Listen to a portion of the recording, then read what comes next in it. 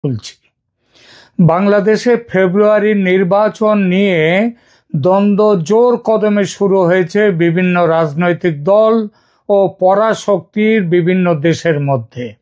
America চাইছে দ্রুত নির্বাচন দিয়ে বিএনপিকে ক্ষমতায় বসাতে, যাতে বিএনপি বাংলাদেশে আমেরিকার স্বার্থ সুনিশ্চিত করতে পারে, এবং ইউনূসকে দিয়ে নির্বাচনের ঘোষণাও তাই করে দিয়েছে।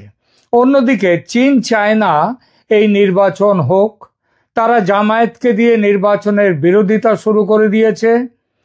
আর ভারত বলেছে আওয়ামী লীগকে বাদ দিয়ে নির্বাচন করা যাবে না। এনসিপি দল এই প্রশ্নে দুভাগ। এক ভাগ ফেব্রুয়ারিতে নির্বাচন চায়, তারা আমেরিকার সঙ্গে। আর এক ভাগ ফেব্রুয়ারিতে নির্বাচন চায় না। যারা চায় না তাদের 8 সদস্যের প্রতিনিধি দল চীনে গেছে, তারা চীনের সঙ্গে। চীন সফরে আছেন দেশের সেনাপ্রধান। এদিকে এসসিও বৈঠকে যোগ দিতে ভারতের প্রধানমন্ত্রী জাপান ঘুরে চীনে যাচ্ছেন। জাপান চায় ইনক্লুসিভ ইলেকশন, অর্থাৎ সেখানে আওয়ামী লীগকেও সেখানে রাখতে। রুশ প্রেসিডেন্টও যাচ্ছেন চীনে। বাংলাদেশ নিয়ে পরাশক্তির লড়াই তাহলে জোরদার শুরু। এই পরিপ্রেক্ষিতে প্রশ্ন উঠছে, ফেব্রুয়ারির নির্বাচন কি হবে? আওয়ামী লীগের বা কি ভবিষ্যৎ? বাংলাদেশে ফেব্রুয়ারি 2026 নির্বাচনের প্রশ্নে আঞ্চলিক ও আন্তর্জাতিক পরাশক্তিদের মধ্যে তীব্র প্রতিদ্বন্দ্বিতা শুরু হয়েছে। এই প্রতিদ্বন্দ্বিতায় মূলত 4টি মূল পক্ষ: মার্কিন যুক্তরাষ্ট্র, চীন, ভারত এবং রাশিয়া। প্রতিটি দেশই বাংলাদেশের ভবিষ্যৎ নির্বাচনের মাধ্যমে নিজেদের কৌশলগত স্বার্থ সুরক্ষিত রাখতে চায়। আমেরিকা দ্রুত নির্বাচনের পক্ষে রয়েছে এবং চাইছে বিএনপি ক্ষমতায় আসুক। মার্কিন যুক্তরাষ্ট্র ইন্দো প্যাসিফিক কৌশলের অংশ হিসেবে চীনা প্রভাব মোকাবিলায় বাংলাদেশে আমেরিকার অবস্থান শক্তিশালী করতে চায়। চীন বাংলাদেশের বর্তমান রাজনৈতিক পরিস্থিতিতে নির্বাচন চায় না। পরিবর্তে চীন জামায়াতে ইসলামীকে সমর্থন দিয়ে, এনসিপির একটি গোষ্ঠীকে সমর্থন দিয়ে নির্বাচনের বিরোধিতায় নামিয়েছে। 2025 সালের জুলাই মাসে জামায়াতের আমির শফিকুর রহমানের নেতৃত্বে একটি প্রতিনিধি দল চীনে যায় এবং আগামী নির্বাচন নিয়ে আলোচনা করেছে। চীন এভাবে বাংলাদেশের বিভিন্ন রাজনৈতিক দলের সাথে সম্পৃক্ততা বাড়িয়ে নিজের প্রভাব বিস্তার করছে।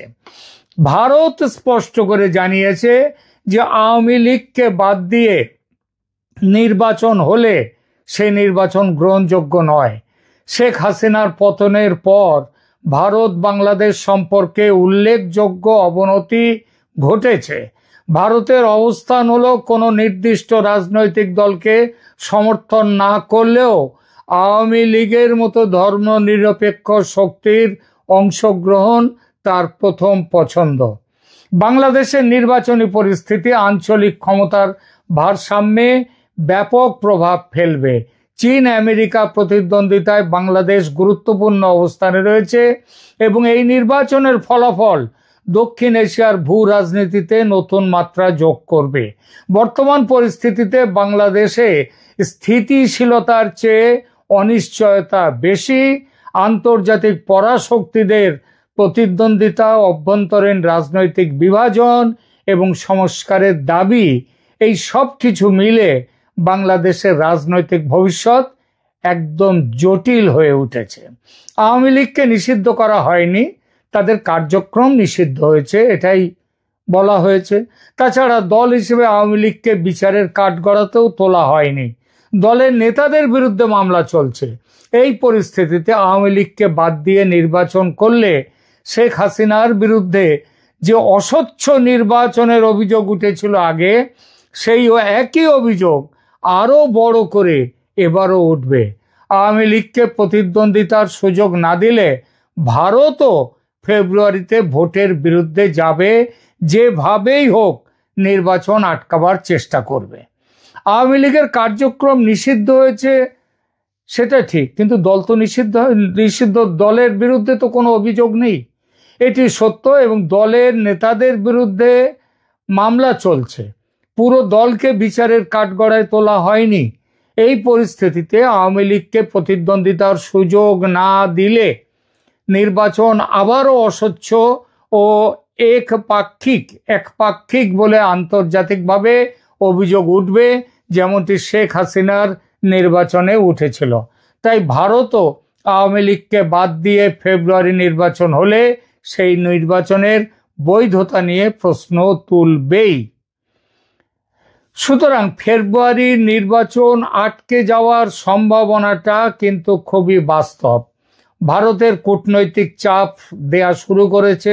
ভারত সাফ জানিয়েছে আওয়ামী লীগ ছাড়া নির্বাচন বাস্তবসম্মত নয়, তাই দলটির কার্যক্রম নিষিদ্ধ থাকলে ভারত সে নির্বাচন মেনে নেবে না।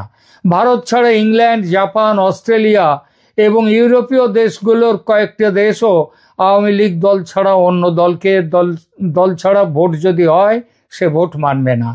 আওয়ামী লীগ, বিএনপি, জামাত সবগুলো পক্ষের অংশগ্রহণ ছাড়া সত্যিকারের প্রতিদ্বন্দ্বিতা হবে না।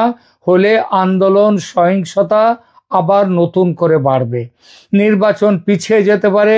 ভারতের বিরোধিতায়, আন্তর্জাতিক চাপে ও অভ্যন্তরীণ অস্থিরতার কারণে নির্বাচন স্থগিত হতেই পারে।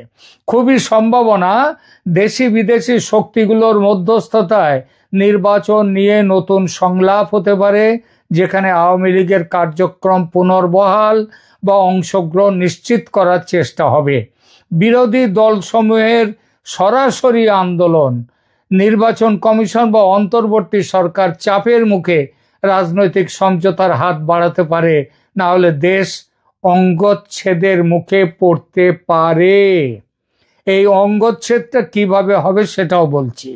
অতএব স্পষ্ট আওয়ামী লীগকে প্রতিদ্বন্দ্বিতার সুযোগ না দিলে বাংলাদেশে ফেব্রুয়ারি নির্বাচন আন্তর্জাতিকভাবে প্রশ্নবিদ্ধ হবে, অস্বচ্ছ হবে এবং ভারতের সক্রিয় বিরোধিতায় ভোট পিছিয়ে যেতে পারে বা অন্য যা কিছু হতে পারে।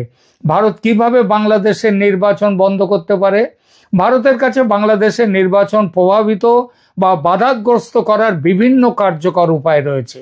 এগুলো প্রধানত কূটনৈতিক, অর্থনৈতিক ও নিরাপত্তা চাপের মাধ্যমে প্রয়োগ করা যেতে পারে। হ্যাঁ, নিরাপত্তার চাপ মানে আরো ভালো করে বললে সামরিক চাপ। অর্থনৈতিক চাপ, বাণিজ্যিক অস্ত্র এটা নিষেধাজ্ঞা ও পরিবহন বন্ধ। ভারত ইতিমধ্যেই সেসব কাজ শুরু করে দিয়েছে। ট্রান্সশিপমেন্ট ফ্যাসিলিটি বন্ধ করে দিয়েছে। মে মাসে ভারত $770 মিলিয়ন বাংলাদেশি পণ্যের আমদানি সীমিত করেছে, যা মোট আমদানির 42%। বাণিজ্য ভারসাম্যহীনতার অপব্যবহার। বার্ষিক ভারত বাংলাদেশ বাণিজ্য বার্ষিক $8-10 বিলিয়ন ঘাটতি রয়েছে বাংলাদেশের, অর্থাৎ ভারত থেকে বেশি মাল যায় বাংলাদেশে, বাংলাদেশ থেকে কম আসে। তো এই অসম নির্ভরতা ভারতকে কিন্তু রাজনৈতিক শক্তি দিয়েছে, অর্থনৈতিক অস্ত্র দিয়েছে, খুব শক্তিশালী অস্ত্র।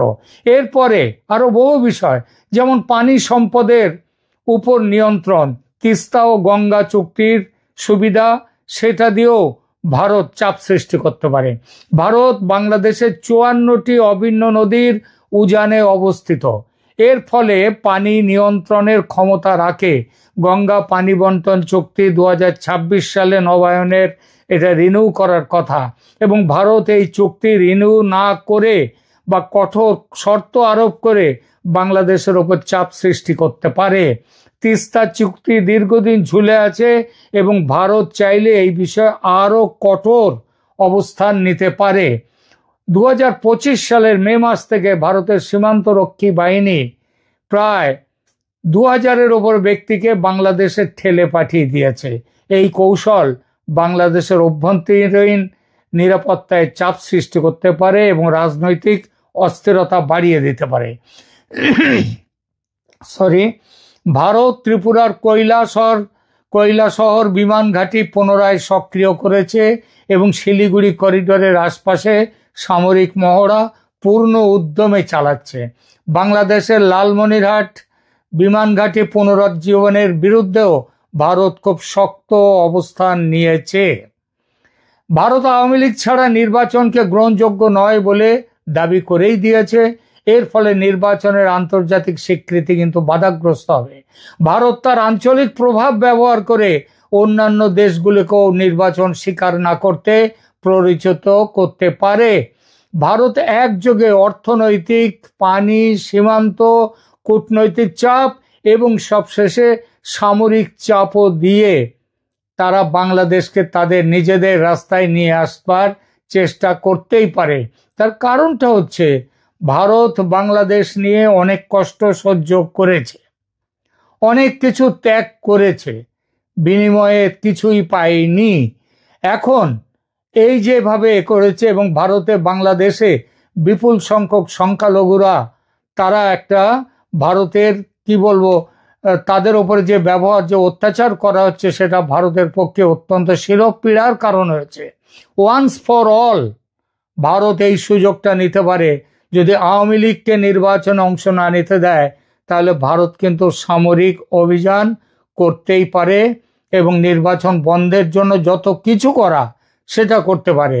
আমরা আগেই বলেছি যে দুটো করিডোর রয়েছে বাংলাদেশের, যেটা হচ্ছে যাকে বলা যায় বাংলাদেশের চিকেন স্নেক। একটা হচ্ছে ওই রংপুর সীমান্ত দিয়ে, মানে দক্ষিণ দিনাজপুর থেকে একদম মেঘালয়ের গারো পাহাড় পর্যন্ত এটা কেটে দিলে পুরো রংপুর ডিভিশন আলাদা। আবার ওদিকে ত্রিপুরার থেকে মাত্র 28 মাইল 22-23 মাইল নিচে নেমে এলেই বঙ্গোপসাগর, ওইটুকু কাটলে আবার পুরো চট্টগ্রাম আলাদা।